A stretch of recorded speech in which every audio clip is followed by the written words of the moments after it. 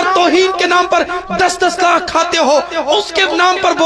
بولتے ہیں امام تو اس کے ساتھ مل گیا۔ اور امام کو تو اپنی حق بات کرنی ہے، اگر امام نہیں بولے گا